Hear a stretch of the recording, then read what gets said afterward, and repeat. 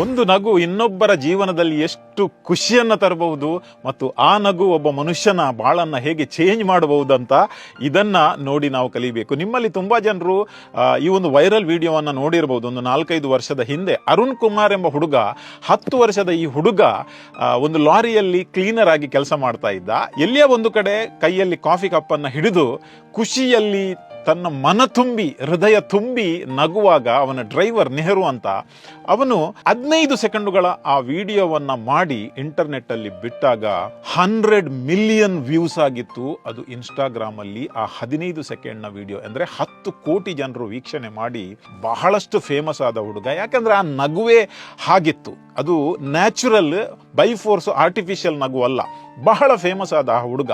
ಆದರೆ ತದನಂತರ ಆ ಹುಡುಗನ ಬಗ್ಗೆ ಎನ್ಕ್ವೈರಿ ಮಾಡಿದಾಗ ಅವನ ಕಷ್ಟ ಜನರಿಗೆ ಗೊತ್ತಾಯಿತು. ತುಂಬ ಬಡತನ, 10 ವರ್ಷ ಪ್ರಾಯದಲ್ಲಿ ಒಂದು ಲಾರಿಯ ಕ್ಲೀನರ್ ಆಗಿ ಕೆಲಸ ಮಾಡಬೇಕಾದಂಥ ಪರಿಸ್ಥಿತಿ ಯಾಕೆ ಬಂತು, ವಿದ್ಯಾಭ್ಯಾಸ ಅರ್ಧದಲ್ಲಿ ಕಟ್ಟಾಗಿತ್ತು. ಇದನ್ನ ಅರಿತ ಕೆಲವರು ಅವರಿಗೆ ಹೆಲ್ಪ್ ಮಾಡಲಿಕ್ಕೆ ಮುಂದೆ ಬಂದರು. ನಂತರ ಅವನು ಲಾರಿಯಲ್ಲಿ ಕೆಲಸ ಮಾಡುವ ಜೊತೆಗೆ ಶಾಲೆಯ ಪುಸ್ತಕಗಳನ್ನು ಓದಲಿಕ್ಕೆ ಶುರು ಮಾಡಿದ. ಅವನ ಡ್ರೈವರ್ ಕೂಡ ತುಂಬ ಹೃದಯವಂತ, ಅವನು ಕೂಡ ತುಂಬ ಎನ್ಕರೇಜ್ ಮಾಡಿದ. ಆದರೆ ಇವತ್ತು ನಾನು ನಿಮಗೆ ಹೇಳ್ತಾ ಇದ್ದೇನೆ ಏನೆಂದರೆ 5 ವರ್ಷಗಳ 6 ವರ್ಷಗಳ ನಂತರ ಇವತ್ತು ಅಂದರೆ ಕಳೆದ ವಾರ ಆ ಹುಡುಗ ತೆಲಂಗಾಣದ ಅರುಣ್ ಕುಮಾರ್, ವೈರಲ್ ಹುಡುಗ, ತನ್ನ ನಗುವಿನ ಮುಖಾಂತರ ವೈರಲ್ ಆದಂತಹ ಹುಡುಗ 10ನೇ ಕ್ಲಾಸನ್ನ ಸಕ್ಸಸ್ಫುಲಿ ಪಾಸ್ ಮಾಡಿದ್ದಾನೆ. ಎಂತ ಒಂದು ಖುಷಿ ನೋಡಿ. ಆ ಹುಡುಗ ಈಗ ತಮ್ಮ ಇನ್ಸ್ಟಾಗ್ರಾಮ್ ಅಕೌಂಟ್ನಲ್ಲಿ ಕೂಡ ಫೇಮಸ್ ಇದ್ದಾನಂತೆ. ಆದರೆ ಇದು ನಮಗೆಲ್ಲರಿಗೂ ಒಂದು ಅದ್ಭುತವಾದ ಪಾಠವನ್ನು ಕಲಿಸ್ತದೆ. ಆ ಪಾಠ ಏನೆಂದರೆ ಮನುಷ್ಯನ ಒಂದು ಕ್ಷಣ ಒಂದು ದಿನವನ್ನು ಬದಲಾಯಿಸಬಲ್ಲದು, ಒಂದು ದಿನ ಒಂದು ಜೀವನವನ್ನು ಬದಲಾಯಿಸಬಲ್ಲದು, ಮತ್ತು ಒಂದು ಜೀವನ ಇಡೀ ಜಗತ್ತನ್ನೇ ಬದಲಾಯಿಸಬಲ್ಲದು.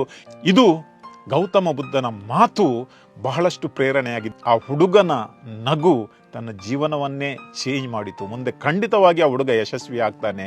ಸೊ ಯಾವತ್ತು ನಿರಾಸೆಯಲ್ಲಿರುವವರು, ಯಾವತ್ತು ಡಿಪ್ರೆಷನ್ನಲ್ಲಿರುವವರು, ನೆಗೆಟಿವಿಟಿ ಇರುವವರು, ದಯಮಾಡಿ ನಿಮ್ಮ ಮನಸ್ಸಿನಲ್ಲಿ ಒಂದೇ ಒಂದು ಮಾತನ್ನು ನೆನಪಿಡಿ.